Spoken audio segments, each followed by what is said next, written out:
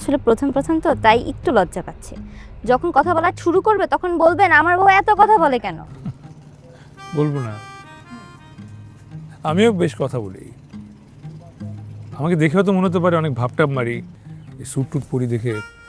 আসলে লয়ার মানুষ তো, সবাই ভাবে কথা জিজ্ঞেস করলেও হয়তো পিছনে লজিক করছে। ওটাও না, আসলে আমি ব্যক্তিগত জীবনে অনেক কথা বলি।